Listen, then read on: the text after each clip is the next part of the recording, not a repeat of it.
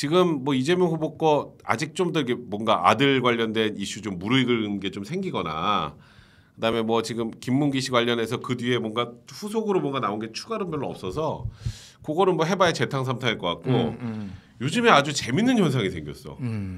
갑자기 잊었던 안철수를 다 찾아.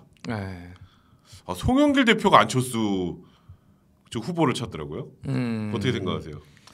그러게요. 송영길 후보는 참 열심히 하신다 일단. 송영길 대표 대박이야. 참 열심히 하시다. 근데 송영길 대표가 이를테면은 설화도 많이 일으키고 최근에 뭐 장난 아니잖아요. 여러 개 많이 있었잖아요. 이를테면은 뭐 김건희 씨가 반말하는 게 최순실이 될 것 같다. 뭐 해가지고 자기는 뭐 반존대한다고 와이프하고.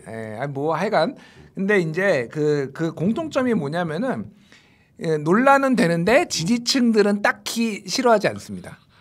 민주당 지지자들은 좀 당대표가 좀 가벼워 보이긴 하지만은 뭐 열심히 한다 잘한다. 그래도 뭐 우리 당 후보를 뭐 띄워주려고 노력은 하네. 얼마 전 음주운전 그것도 또 저 잘못 얘기했다가 그러니까 반대쪽에선 공격하기 참 좋은데 그냥 그래도 저 좀 부족해도 그래도 후보 위해서 열심히 하네 정도. 안철수하고 이제 이 소위 말해서 뭐라고 정확하게 워딩이 뭐였지? 같이 간다고 그래. 같이 할 수 있다라는 거였잖아요. 그러니까 그 얘기도 사실은 뭐 의미를 두기는 좀 힘들어요. 근데 여러 번 얘기하더라고 여러 번. 오늘 그래서 안철수 후보가 그러면은 정권 심판 같이 하겠다라는 거냐? 문정권 심판 같이 하면 정권 심판 같이 하자 뭐 이거 그러니까 그게 말이 안 되는 거죠. 그러니까 사람 인간사로 따지면은 이혼한 부부잖아요. 이혼도 되게 세게 했지. 세게 했죠. 격렬하게 했어요. 재산 분할가지고 엄청 싸웠습니다. 뭐 법정 가고 막 소송 걸고 뭐 그래서 세게 했어요. 새로운 사람을 만나는 게 쉬울까요? 이혼한 전 배우자와 재결합하는 게 쉬울까요? 새로운 사람 만나야지. 새로운 사람 만나야 돼요. 그래서 가능성이 없고 일단은 너무 이제 이 안철수 후보도 왼쪽 후보에서부터 시작해가지고 너무 많이 왔어요. 오른쪽으로 이미. 그래서 어떤 접점을 찾는 게 힘들고 이미 메시지가 지금까지 냈던 것들이 다 문재인 정부 비판하는 거잖아요. 그렇지. 근데 그거에서 어떤 거를 찾을 수 있느냐. 그래서 두 가지인 것 같아요. 제가 보기엔 하나는 열심히 나도 노력하고 있다. 송영길 대표가 이제 하는 거 그 메시지를 주는 거 한 가지고 또 하나는 이를테면은 이 보수 안철수를 지지하는 사람들에 대해서의 메시지인 것 같아요. 그러니까 뭐냐면은 안철수가 한마디로 얘기하면은 보수 쪽에 가서 윤석열하고 붙는다든지 뭐 이런 게 아니다라는 거라. 이쪽이다 원래. 이쪽이라는 거. 안철수 정체성은 진보 쪽이에요. 약간 이런 거.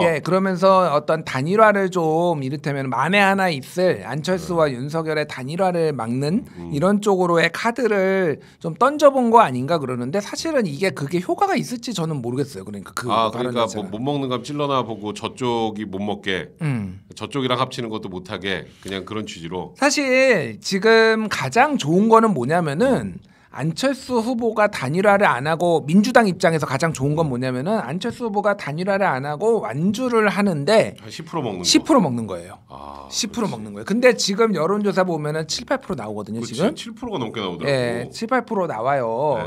거기 윤석열 후보한테 다 빠진 거예요. 단일화를 하게 되면은 어쨌든 선택지가 그렇다고 중도 보수의 사람들이 심상정을 찍기는 어렵잖아요. 그렇지. 김동연이 조금 소폭의 수혜를 보겠지만은 결국은 그러면 윤석열한테 쏠림이 있다라는 거예요. 그거를 본다라면은 이제 다목적 카드로 일단은 존중을 해준다. 또 하나는 이렇게 던져줌으로 해서 안철수 후보가 고민을 하게 만드는 거. 고민이라는 게 여기랑 합쳐야 된다라는 그 고민이 아니라 되면은 단일화 저쪽과의 단일화에 대해서의 뭐 이런 것들 뭐 독자적인 완주 뭐 이런 것들에 대해서 변수를 좀 많이 뒀다라고 보시면 될 것 같아요. 근데 지금 이번에 국민의힘에 영입된 인사를 좀 유심히 보면 김민정 교수가 이번에 들어왔잖아요. 김민정 교수 들어온 걸 가지고 그렇게 평가하는 분들이 많더라고. 향후 안철수 후보와의 단일화를 염두에 둔 포석이다. 근데 여기서 중요한 건 우리 김종인 총괄선대위원장도 안철수 후보랑 안 좋고 뭐 이준석 대표랑 말할 것도 없고 여기는 거의 뭐 상극인데 근데 일단 이준석 대표는 김민전 교수 들어오는 거를 공개적으로 반대를 했더라고. 근데 김종인 총괄선대위원장은 일단은 최소한 가만히 계셨던 것 같아요. 그러면 안철수와 단일화와 관련해서 김종인 위원장은 그것도 우리가 꺼내볼 수 있는 카드라고 생각하는 건가? 그러니까 뭐 그 열어두는 거죠. 그러니까 김민정 교수를 영입한 거는 그렇게 읽히도록 그러니까 둔 거죠. 그러니까. 그렇게 읽히게. 그렇게 읽히게 그러니까 그 안철수 후보에 대해서 열어둔 열린 자세를 가지고 있다라고 읽히게 그렇다고 공식적으로 단일화하자고 지금 제안한 것도 아니잖아요. 그러니까 그냥 여지를 남겨두고 상황을 봐가면서 대응하겠다라는 거예요. 그렇다고 그분이 오늘 뭐 영입이 돼가지고 안철수 얘기를 한 것도 아니고 그냥 그런 상황들을 조금 열린 상황으로 지금 봐야 된다라고 볼 것 같아요. 예. 근데 지금 국민의힘의 상황을 보면 물론 앞으로 지금 선거 뭐 좀 짧게 남았다면 70일 20원 엄청 또 긴 시간 동안 별일이 다 있을 수 있긴 한데 지금 현재 윤석열 후보 지지율이 계속 빠지면 예전에 그러니까 딱 후보가 되자마자 한 컨벤션 효과로 한 10몇 프로 넘게 이재명 후보랑 차이 났을 때는 뭐 안철수를 뭐야 저 이럴 때가 있었는데 지금 아까 얘기했잖아요. 역대급 1% 안쪽으로 날 수 있다. 그럼 안철수 몸값이 그만큼 많이 올라간 거 아닌가? 엄청 올라가죠. 그래서 고민을 할 거예요. 사실은 DJ가 집권했던 거에 쐐기를 박은 거는 DJP였거든요. 이인재가 나오면서 유리해졌고 그렇지. DJP를 하면서 그냥 딱 굳은 자로 가버렸다고 보시면 돼요. DJP에 근데 이제 그게 일종의 연합 정부였잖아요. 그렇죠. 안철수한테 그걸 할 수가 있을 것인가? 안철수는 그거를 받을 것인가? 근데 이제 뭐 해야 할 수밖에 없는 예를 들어서 정권 교체를 위해서는 해야 할 수밖에 없는 상황이 될 수 있으니까. 저는 한국 정치판에서는 무슨 일이 일어나도 놀라지 않습니다.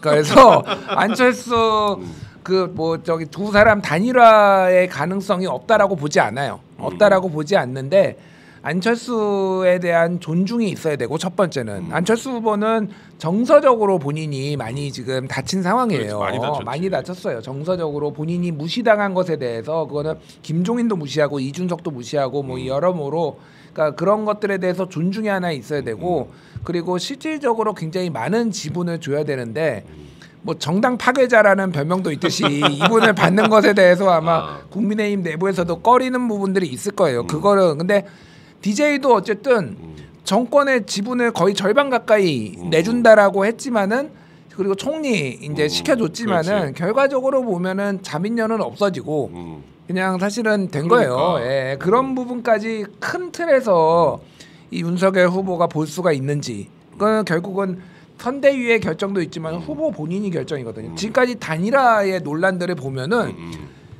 노무현, 정몽준, 그렇지. 노무현 후보가 본인이 결단했어요. 그렇지. 문재인, 안철수도 안철수 후보가 본인이 던졌지만 그렇지. 어쨌든 이런 결단 후보 본인의 결단들이 있어야 돼요. 그러니까 이거를 근데 윤석열 후보가 할 수가 있느냐? 그거가 좀 관건인 거죠, 그러니까 이제 지지율이 붙고 아슬아슬한 상황이 되면 사실 이제 그 뒤에는 안철수 후보하고 단일화하는 게 상수가 될 수밖에 없는 상황이 될 것 같거든. 지금 현재 대선판 이 분위기가. 근데 이제 그러면 또 하나 걱정이 생겨요. 이제 지금 이제 당 대표가 집 나갔잖아. 근데 이제 겨우 이제 데리고 왔는데 안철수 후보랑 단일화로 또 나갈 것 같거든. 그게 제일 걱정되더라고. 저는 안철수하고 단일화한다고 나가지는 않을 겁니다. 그러니까 그래? 왜냐하면은 이준석 대표가 지금 삐진 것처럼 보이거나 지금 반발을 하는 거는 사실은 굉장히 이유가 다양한 것 같지만은 하나예요. 뭐? 하나. 그러니까 한마디로 얘기를 하면은 신지혜를 영입했다고 해서 뛰쳐나간 것도 아니고 뭐 이를테면 안철수랑 단일화로 한다고 해서 그거는 후보와 선대위의 판단인 거죠. 본인을 존중하라는 거예요. 한마디로 얘기하면은. 그리고 그 윤핵관들이 이를테면은 비선처럼 하는 거가 정상적인 뭐딱 찍는 걸로 정상적인 이 민주정당이 아니다라는 소신을 가지고 있는 거예요. 그것만 건드리지 않으면은 사실은 단일화를 한다고 하더라도 부정적인 여론을 낼 수가 있지만은 뛰쳐나가거나 그럴 지금까지 행보를 봤을 때 그럴 어떤 거는 예측이 안 되죠. 거기서 이제 이준석 대표가 어쨌건 지금 이 사태가 봉합이 돼서 들어온 이후에 다시 안철수 후보와 단일화 문제로 좀 본인이 심기가 뒤틀릴 수는 있어도 그것 때문에 뛰쳐나갈 상황은 안 될 거다. 네, 그거는 아니라고 보고 그거는 어쨌든 후보의 판단이고 당의 판단이라면 존중할 겁니다. 지금까지 이준석은 그렇게 해왔어요. 그렇게. 네. 그러면 만약에 단일화 논의가 된다면 언제쯤 될 것 같아요? 단일화요? 그거 알 수가 없는데 통상적으로 통상적으로는 원래 단일화가 진짜 절박하면은 지금 들어갔어야 돼요. 생각해 보세요. 정몽준, 노무현 같은 경우에는 근데 이제 차이가 있는 게 둘이 비슷비슷해야지. 그렇지. 둘 다 적극적으로 단일화 안 하면 100% 지고 둘 다 비슷비슷해야지 이게 단일화 얘기가 질이 협상은 질이 멸렬하더라도 빨리 나오거든요. 그렇지. 근데 이거는 사실상 흡수예요. 그치, 흡수잖아. 흡수예요. 그러니까. 흡수라고 한다라면은 그런 방식의 단일화 논의하고는 완전 다릅니다. 얼마나 몸값을 쳐준 DJP예요 한마디로. 속값을 얼마 쳐주느냐. 노무현, 정몽준이 아니라 김대중, 김종필의 방식이라고 한다라면은 이거는 사실은 물밑 협상으로 얼마나 해주느냐가 되게 중요한 거예요. 그리고 얼마나 존중을 해주느냐.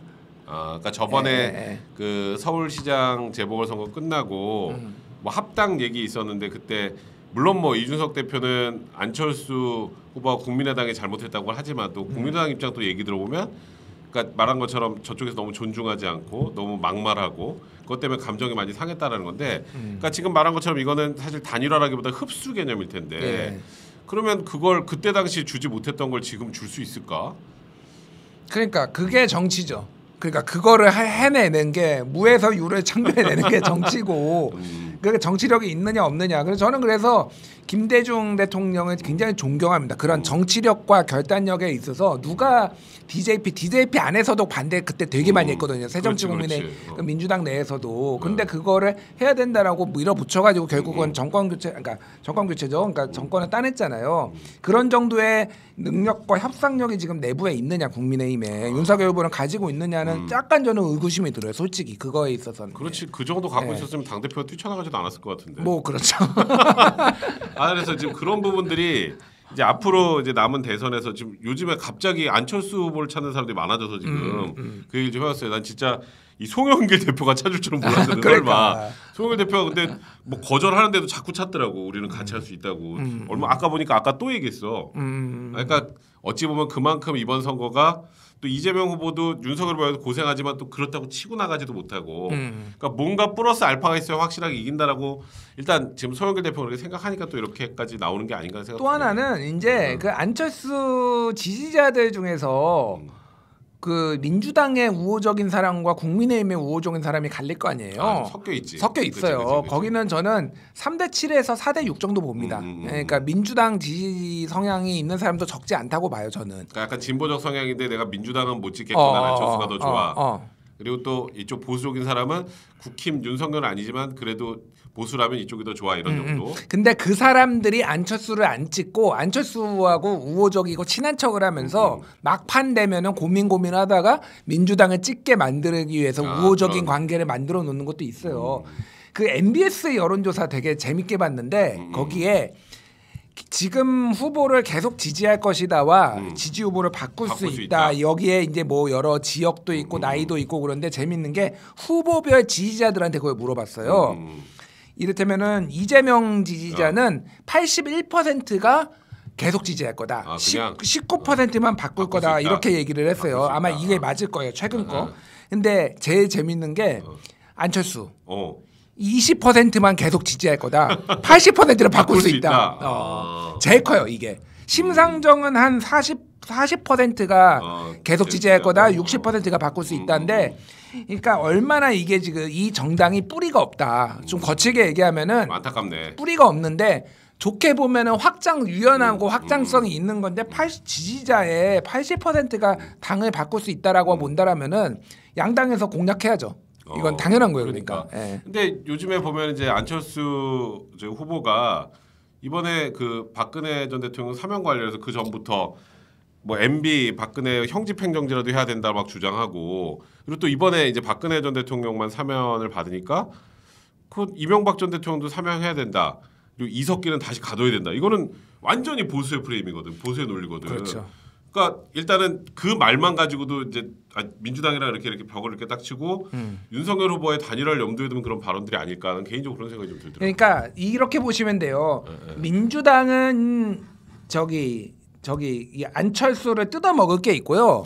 안철수는 민주당은 슬프다. 이재명을 뜯어 먹을 게 없어요. 아 저쪽에 뜯어먹을 게 뜯어 없다. 먹을 게 없어요. 무슨 얘기냐면은 아까 전에 얘기했듯이 37%가 어떤 여론조사든 다 나와요. 그렇지. 이 사람들은 뺏어올 게 별로 없구나. 뺏어올 게 없어요. 이쪽으로 왼쪽으로 가봤자 뺏어올 게 없어요. 근데 오른쪽은 이 윤석열 후보의 한 실언과 망언과 삽질에 따라서 무한한 가능성이 무한한 가능성이 열려 있기 때문에 그러니까 많이 뺏어왔더만 벌써. 많이 뺏어왔어. 그러니까 계속 오른쪽으로 이제 오른쪽으로 계속 이렇게 가고 있는 거 그러니까. 예.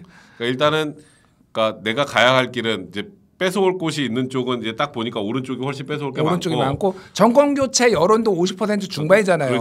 그러니까 이제 민주당은 해봤자 먹을 게 저기는 뼈다구만 있는 거 지금 뼈다구만 남았어요. 지금 37% 뼈다구밖에 없기 때문에 이제 적과 꿀이 흐르고 살이 많이 붙어 있는 보수 중도 보수 쪽으로 이제 온 거죠. 그러니까 이런 거를 진짜 윤석열 후보와 국민의힘에서도 잘 생각해야겠네. 지금 진짜 개인적으로 안철수 후보가 요즘에 갑자기 너무 오른쪽으로 딱 돌아가는 느낌이 들어서 지금 분석을 들어보니까 딱 그 얘기가 맞는 것 같아요.